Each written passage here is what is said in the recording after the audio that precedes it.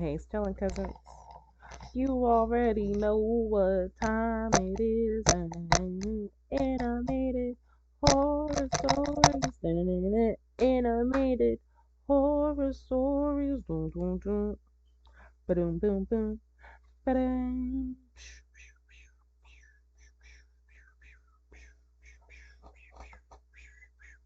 Everybody. All right, let's relax before we get copyrighted. Hey y'all, hey, where we at today? We at SSG Animations House. Y'all already know how it be. As I always say, feel free to go over there and, watch the videos with them. This is from basically 2 weeks ago. The video I'm watching with you is from 2 weeks ago. If you want to watch the video with them, feel free to go watch the video with them. Just make sure you come back to where home is. Don't forget where home is. Never, ever, ever. You know? Just because maybe you don't, you want to stay up with them, if you want to watch the videos as they get posted, feel free. And then you can always still come back and watch the reactions with me, I just gotta let y'all know that. I love y'all. Let's get into it. As I said, we are SSG Animations House for Terrifying Highway Horror Stories Animated. What y'all be doing on these highways? Y'all always be stopping for somebody and ain't got no business stopping for nobody because, obviously stranger danger is outside. So what is you opening the door for? I don't know. But let's go on and get into it, y'all. Please grab a blunt, grab a bottle of water, grab a bag of chips, and grab a blanket so you can stay snug. All right. Four stories. Y'all ain't excited? I'm excited. Did we already see this one? Did we already see the one with him? He It's looks no kind of coincidence familiar. that rainy days tend to be such a big cliche in horror movies. Rain is naturally spooky. It's something that leaves you unprotected, I that love can the make you rain sick. personally. Also, if there is thunder, a storm can kill you. I was never a Okay, person who Mister. liked the rain. But that day, I thought I was protected just by being inside a car. I couldn't be I more do feel wrong. like that. That day, I didn't know that being inside a car on a freeway during a rainy day could be a trap. You know A that? trap in which I was not alone. Because That like day, I had to go to my brother's the house to take highways care is of my nephew, crazy. since the parents had suffered an automobile accident. My other brother and I covered for him to take care of the child. They He was suffered the a car caregiver that accident, day, and you about to but he go had a over last-minute there job and and suffer asked a me if car I could go. accident too? Normally, I would have told him I couldn't go since I had some work at home that I had to finish, but something was going on in my life too. During the last few days, I noticed I was being watched. A strange man, I guess an old man, was watching me through the window every night. The man was terrifying. He didn't look like a person. He was naked, his white skin with huge And nose he contrasting naked? with his No. gigantic hump. Despite this, I could see him holding a stick in his hand to keep his balance. Despite the gloomy appearance, he was nothing more than an old man. I went out several times But to he's see what he naked, wanted, but so every that's time I different. opened the door, he was gone. I tried to call the police or yell at him, but I never got anywhere. No one could find him, and he wouldn't answer me. I knew this man couldn't do anything to me, but still, I was a little scared. Maybe I leaving my mean, house for a few like, days would do don't me be saying he good. can't do nothing to And you because he surely, could. the scary old man would find something else to do. The road was long and it was raining a lot. Even so, I decided to take the highway. I wanted to get there as fast as possible, and the other way would take much longer. I got in the car and was about to start it, but I remembered that I left the door of my house open. I got out of my car and ran to close it. If I had not realized that mistake, the old man might have entered my house. After closing the door of my house, I went back to the car and accelerated it on my way to the highway. The road was quiet. There weren't many people traveling, but I couldn't say that the highway was deserted. I drove around in the rain, cleaning the front windows, when I saw the weather forecast. I was expecting heavy rain, but this was basically a torrential downpour. I was quite worried about hail. Not only could that be potentially dangerous, but it would ruin my car for sure. Between my concern and my concentration on not hitting any cars, I was very inattentive to what was actually going on inside the car. I began to hear breathing behind me. I turned You around quickly, lying. thinking it was an act of my imagination. Unfortunately for me, it was not. I would have crashed that. In the bitch. back seat was a man sitting Oh, behind you me. nasty bastard. It was the old man, and he was staring at me with his dark, small eyes. Next to the old man, there was a huge sheet spread across the seat. That Well, was he the got seat the I used to sheet. cover my mess in the back seat. Had the old man covered up and hidden himself so I wouldn't see him? At what point did he get into my car? Was it when I He went to had close to, the he door of did. my house? It didn't matter. It wasn't the time to look for explanations. I Really shouted not. everything to the old man. I asked him what he was doing there. I asked him what he wanted. And I yelled at him to get out of the car. Asked him how Although long he was obviously there, he up could in not. there and everything. He didn't give me any answer. He just kept looking at me with his terrifying white eyes. I looked back at the road for the first opportunity to get off the highway, but the old man just parked had the other car. plans. As I was about to turn, the man extended his baton and pressed it hard against my foot, which was on the accelerator pedal. The car started to go at an enormous speed, catching up with a few cars in front of me. I tried to pull my foot, but I couldn't. What was this enormous force in my foot? This old man was neither decrepit nor weak. He didn't seem to be exerting even the slightest force, but still, my foot was trapped. The man approached me and put his mouth on my neck, shooting some of his breath down my neck. I could feel his mouth open. I wanted to turn around to hit him, but I was paralyzed. That was not normal. Lord I knows was I not ain't paralyzed. paralyzed with fear. Nothing like this had ever happened to me before. Was he doing something so I couldn't turn around? What was that behind Bit me? you? The car was going faster and faster, and the rain was pouring harder and harder, Crash making that the car car. more and more difficult to control. Inside my car, I felt the old man open his mouth wider and wider until suddenly something sharp pierced my neck. That's nasty. The old man was biting me. Yeah. With a scream, He's nasty I was as able to shit. control my body again, but I couldn't hit him as I Why lost not? control of the car, which started to skid down the highway. That The ain't got rain made nothing it to do with us. impossible for me to regain control of the car, and I ended up crashing into a beam. I woke up a few days later in the hospital. Miraculously, I hadn't hit any other cars, but I was seriously injured. Nothing was heard from the old man who was with me, as there was no one inside the car. The explanation that the man had entered while I was closing the door and had hidden in the sheets was no longer convincing. I didn't know why, but even if the car had been without anything to cover it, if I hadn't got out of the car to close the door of my house, I have a feeling the old man would have been there anyway. Boy, you just tweaking now. No one believed my story, but no one could explain the marks on my neck either. From that day on, I never drove on highways again, and I definitely became even more afraid of rainy days. You just ain't like the I rain never in the saw first that place. old man You again, just blaming the rain but for not everything. a day goes by that I don't think about him, wondering what he was, terrified that he will come back to finish what he started. Boy, he just wants to chew on you and get up out of there. Back in the day when the laws of the forest weren't so strict, my friend and I would often go hunting. We weren't alone, of course. My friend had his dog Kiko, who would accompany us. He was a guard dog and was extremely good at tracking animals. My friend Nick and I were around 27, and we had all the gear needed for hunting. Nick was the more experienced one, since he had been hunting with his father and grandfather since he was 9. For me, it was a new experience altogether. So when we used to hunt, we made sure to go deep into the forest where there were more animals and better chances for us to find them. Okay. Our hunting expedition consisted of me, Nick, and Kiko mostly. Often Nick's dad used to join us too. We'd stay in there for around 2 days, sometimes 3 if we weren't able to get a good catch. By the time this incident happened, I was pretty skilled at hunting and in general survival in the forest. I could find a perfect campsite, build a tent, start a fire, shoot a hunting rifle, and most importantly, find food in the forest when the hunt was unsuccessful. Other than climbing a tree really quickly, you could say that I was a pro. So when we were 2 days into our hunting trip and Nick officially declared that we'd lost our way in the forest, I refused to believe him. Nick was the one who taught me how to hunt and all the skills needed for it, so I couldn't believe that he'd lost his way. Kiko was with us this time, and it was getting dark pretty quickly. We had hunted a medium-sized deer and were carrying it along with our backpacks. There were a few metallic rocks nearby. That's why our compass wasn't accurate. Plus, we had no maps along with us.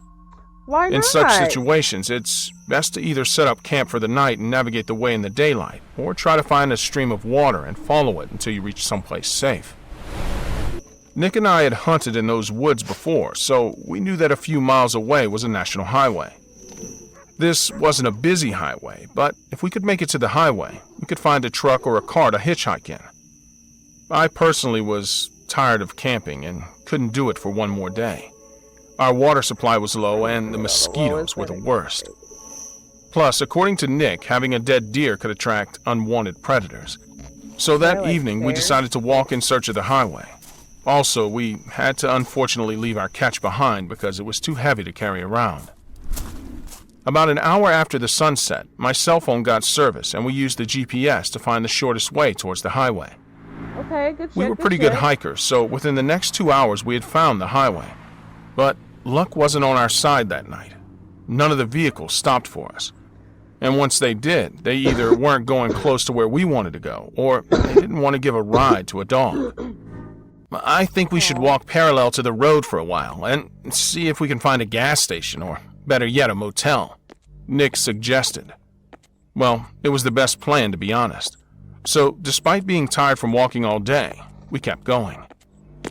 About a mile later, we spotted a few woodcutters in the distance.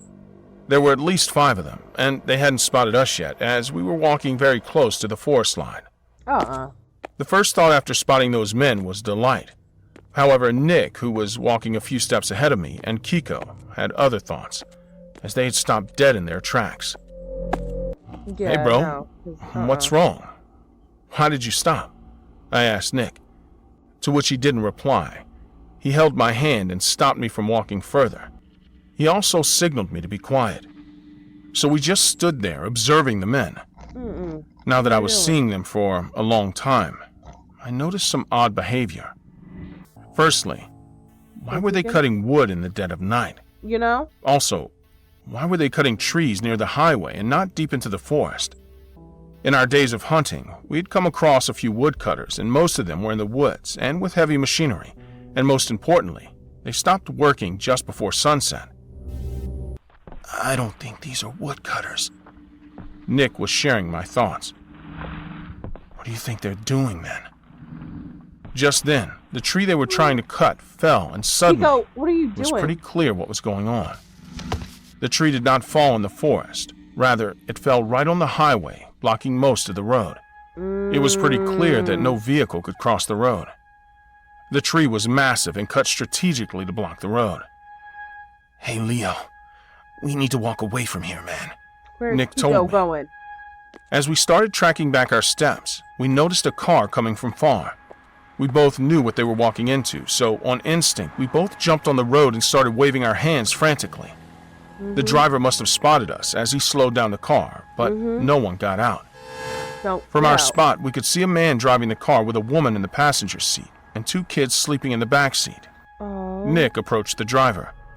Hey man, sorry to stop you in the middle of nowhere, but please don't go ahead. Nick introduced himself and explained what we had seen earlier. However, the couple thought that we were lying and that we were the people they should be aware of, and drove away. All right. We tried our best to convince them that they were making a bad decision. That's their The own man fault. started yelling at us, and we had to give up. A few minutes later, a truck came the same way, and we stopped the truck and told the driver what we had seen. He was not only thankful, but willing to drop us off at a nearby town. Look at him. And he didn't Good mind shit. Kiko. Good shit. The next day, when I was watching the news, What the you see? reporter was reporting a piece A man, of his wife, breaking and 2 news. kids dead. Murder For at the being National hard-headed. Highway or Yeah. a normal accident. Murder. Last night, around 11 p.m., a car was driving down the National Highway 7. It is suspected that there was a family in the car. The couple, Mark and Nancy Fern, were brutally murdered and their bodies were found in the front seats of the car.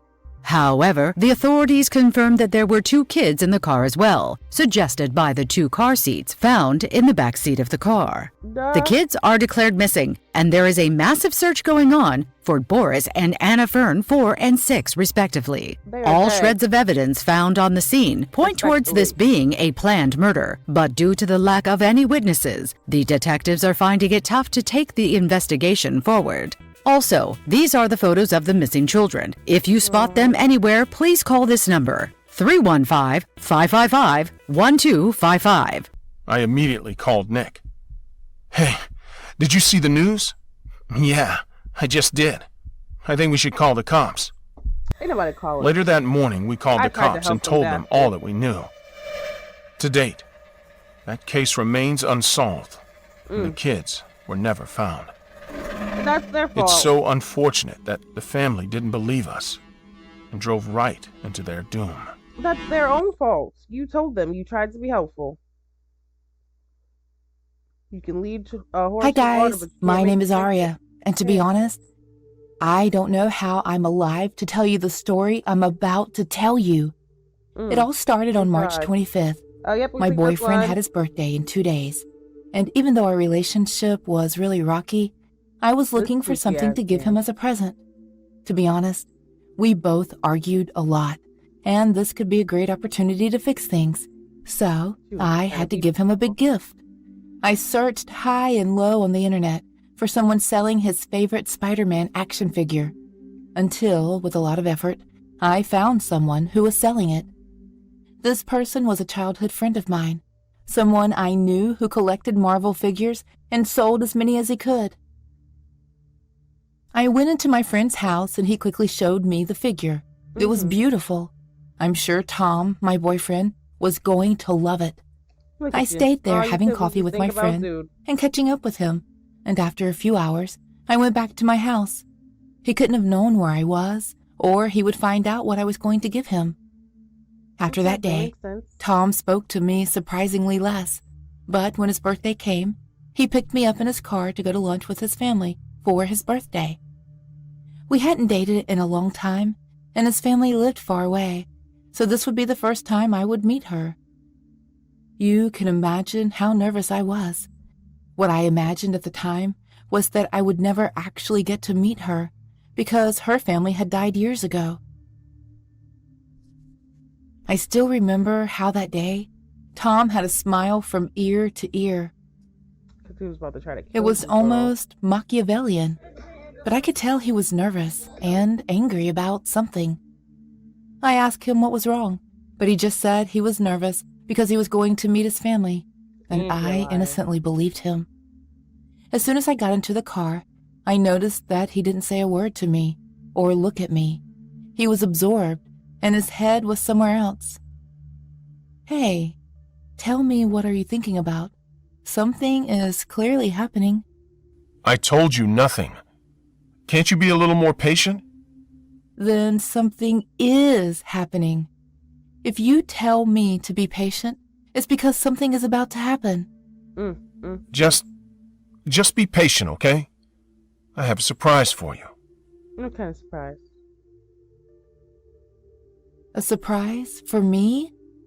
It's your birthday, not mine. Girl, so you know it ain't about to be From no that damn moment good on, surprise. Tom left me to answer. I was a little uncomfortable after that talk. I felt the surprise couldn't be good, but I decided to give him a chance. Anyway, it's not like he was planning to kill me or anything. Or at least, that's what I thought at the time. Tom's car started going faster and faster toward the highway. I knew his parents lived in that direction, so I didn't suspect anything strange. When we got on the freeway is when the weirdness really started to happen. Tom started to speed up more and more, until after a few minutes, he was over the limit. I started to get worried and let him know, Stupid. but he just ignored me. After a few seconds that felt like hours, he began to answer me. Hey, seriously, what's wrong with you? You're going too fast. Look at him. We Look at might this have an bastard. accident. Aria, I know you met with a man a few days ago. Like, and you What? stalking. What are you talking about? Mm-hmm. Have you been following me? stalking. So you recognize him? Well, it didn't make sense for you to lie either. Right. So you Yes, recognize him. I've Girl, been following you. Boy, shut up. If I'm suspicious of you, it's obvious I'm going to have to make sure you're not up to something weird. And I don't What? regret it. From what I saw, I was right. What the hell is wrong with you? He's That dumb was as just hell. a friend. I was buying your birthday present from him. Angrily, Tom put his hand on my neck and looked at me in a defiant manner. Don't even think of using my birthday as an excuse. It's enough that you've already betrayed me. Boy. But I'm telling you the truth. Every word You you should say go. makes me sick. I'm more and more satisfied with my decision. Decision? What are you talking about? You should try to put on your seatbelt as I did, my dear. Suddenly, Tom turned the car around and started driving down the freeway, on the wrong side of the road. All the cars barely managed to avoid him.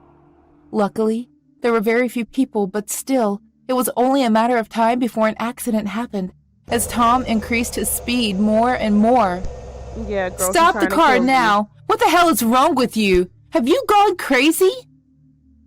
Tom didn't answer me, and just kept driving with a psycho face I have never seen since I've known him. I tried to put on my seatbelt before it flew out the window, but to my surprise it was gone. Someone had cut it off. Oh, it looks like you don't have a seatbelt. A real shame. But you know what?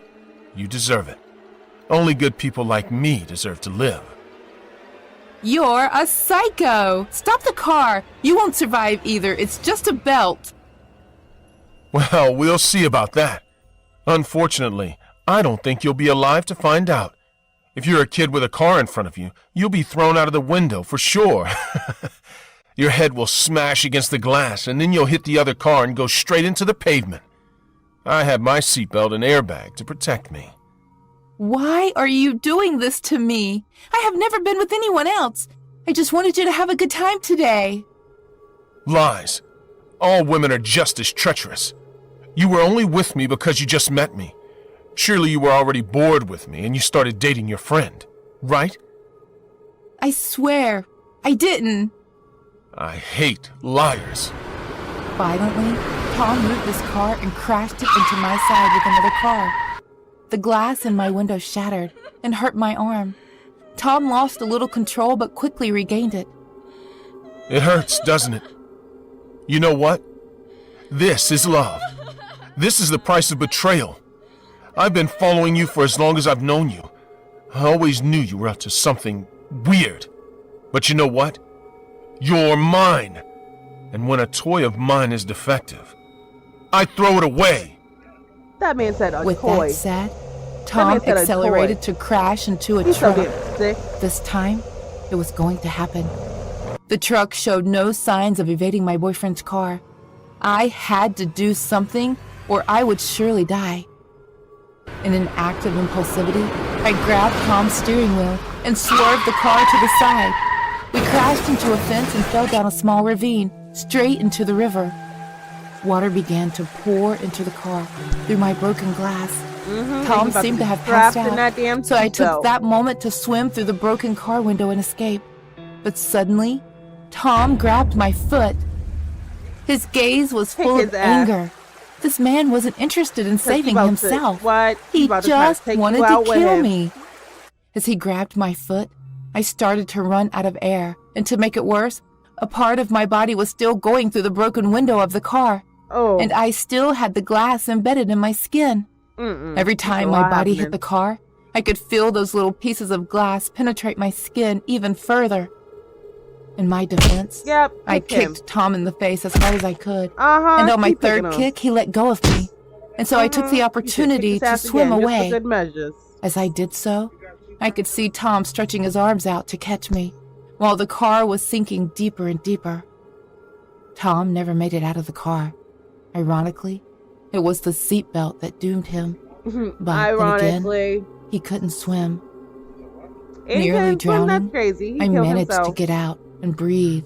And when the police rescued me, I told them everything. There was no trial, and no one questioned what happened to me. Good, because he's It sick in turns the out damn head. that Tom wasn't really Tom. His name was Francis, and he was a wanted criminal for murdering his entire family. Oh, That's why he's he sick. lived so far away from her. From that day on, I forgot that I part. could never trust again. I know that many people are actually good, and not all of them will want to kill me, but I have to go through a very big healing process.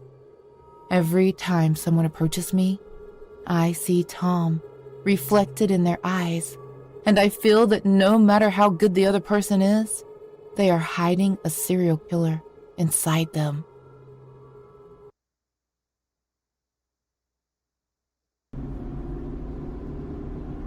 My name is Oliver. I am a 26-year-old, and I'm on a road trip with my twin brothers Kevin and Mason, who will be graduating from high school this year. Our parents wanted me to take Kevin and Mason on college tours every break they got from school. We live in Ohio, but my mom wanted me to take the boys all the way to Cambridge, Massachusetts to tour Harvard University. She doesn't like the idea of her baby boys going so far away to college, but she loves the idea of her two sons becoming lawyers together. Kevin and Mason have their own ideas of what they want to do, but we're willing to tour Harvard for Mom's sake. It was late at night as we were driving through the state of Massachusetts. I had been driving for nearly 24 hours Why y'all straight, driving through and I was Massachusetts tired. for? I wanted to stay ahead Don't of be schedule driving through no so we could take our Massachusetts. time. I had a hotel room booked and plugged the address into my GPS. You about Are to we stop there yet? out in Massachusetts? Muttered Mason sleepily in the back seat. I'm starving, Kevin groaned from the front seat. On our way to the hotel now, I said. Can we stop for food? Asked Kevin. Yeah, I'll find someplace, I told them. I entered the route to the hotel and typed food near me on the GPS map. It led us down some highway called Route 44 in Rehoboth. The highway was dark and deserted, but this was the quickest route to a McDonald's, and I was starving too. Maybe some food would wake me up enough to get to the hotel. I continued down the long dark road, fighting sleep. I cracked open a window to let the cold autumn air in to keep myself alert. I had never fought sleep harder in my life, but I was determined to get my brothers some food. Who's is that? worse than being Kevin drunk. asked. Who? I replied. That dude out there. Kevin pointed down the road where we saw the silhouette of a man. As I drove closer, we saw a man with red hair and a full beard dressed in a flannel shirt and jeans. He looked dirty, as though he lived out in the woods surrounding the highway. Think he needs help? Mason asked. Dude is creepy. I say we keep driving, Kevin replied. It's just creepy because it's late at night. Yeah, you better Maybe keep he does going. need help. No, I said as he I don't pulled need up. help. Kevin leaned over toward me as I rolled down his window. Everything okay, sir? I asked. The man just stared at us. His eyes were black, and he had an eerie grin stretched across his face. His teeth were yellow with black gunk in between them. Don't I let waited him in for your him to car. speak up, but he said nothing. Sir, is there something you need? I asked. Don't you let He him reached up in your and placed car. his hand on the windowsill, and Kevin leaned further toward me. The man said nothing. He just continued to stare at us with that unnatural grin on his face. Oliver, can we please go? Kevin asked in a shaky voice. This dude's creeping me out, Mason said from the back seat. Listen, I would love to help if there's something you need, but if you don't tell me, I'm going to have to leave, I told Please, the man. don't even His help. eyes met mine, and I had a sense of dread come over me. I couldn't tell if I was hallucinating from being so tired, You're not. or if something was really wrong. It He is. finally spoke. I'm wanting to go get some food. Can No. you take me? No. His voice was low, and something about it shot a chill down my spine. No. I looked back at Mason, who was shaking his head adamantly. Kevin shook his head too. Exactly. If the man wanted to eat, we could take him. If No! traveling for my job on the road has taught me anything, it's keep a firearm with you. I happened to have Where one you got it? tucked under my seat. Boy, Not even Kevin or Mason knew that about ain't it. close enough. Kevin, get in the back seat, I said. Are you crazy? He You're is. giving him a ride? He protested. According to the GPS, we're only 10 minutes away from the McDonald's. What's the harm in taking him for a bite to eat? I said. You so Both damn boys stupid. protested. Kevin crawled into the back next to Mason, and the stranger got into the front seat. I reached down, pretending to adjust my seat, but grabbed the gun I kept under it and placed it under my thigh. The stranger put his seatbelt on. Okay. Thank you, he said with a smile that continued to send chills down my spine. I know what you're thinking. I should have driven off. But Yeah. sometimes people do crazy things when they're hungry, and that's what I told myself. You so damn Plus, stupid. I was ain't prepared never. in case this dude I ain't tried never do anything something no smart. crazy. I kept Something my so eyes on damn the road crazy, ahead 'cause I and my was leg hungry. pressed against the seat, holding my pistol there. The entire time I drove, the man just stared at us. His black eyes would go from me to the boys in the back and back to me. He then set his eyes on me, and I was so scared at this point that I finally pulled over and whipped out my gun, pointing it straight at him. He still continued to stare at me with those black, lifeless eyes. I need you to get out of the car, I said as I took the safety off. Kevin and Mason gasped from the back seat. They seemed more shocked to see the gun than the stranger. In fact, he looked flat out amused. My hands shook as he grabbed my hand that held the gun. Oh, you He lying. unhinged his jaw wide and shoved the gun barrel in his mouth. Ah, he a and freaky pulled the motherfucker. trigger. We all screamed as brains and blood splattered everywhere. I sped down the road as fast as I could, all of us freaking out. Why would when he do suddenly, that? He vanished into thin air. You're lying. None of us could explain what happened that You're night. lying. But after we got to our hotel, we spent the night and drove home without looking back. I did some research when I got home and found out the man we came across was a ghost that many have seen before. He's known as the redhead in a flannel shirt ghost on Route 44 that smiles eerily at passing cars. I will never drive on Route 44 ever again. What? He disrespectful as all ever. You gonna shoot yourself in the head in my car, and then you just gonna disappear, and you ain't even gonna take your blood with you. Like the blood was still left behind, y'all. We seen the blood.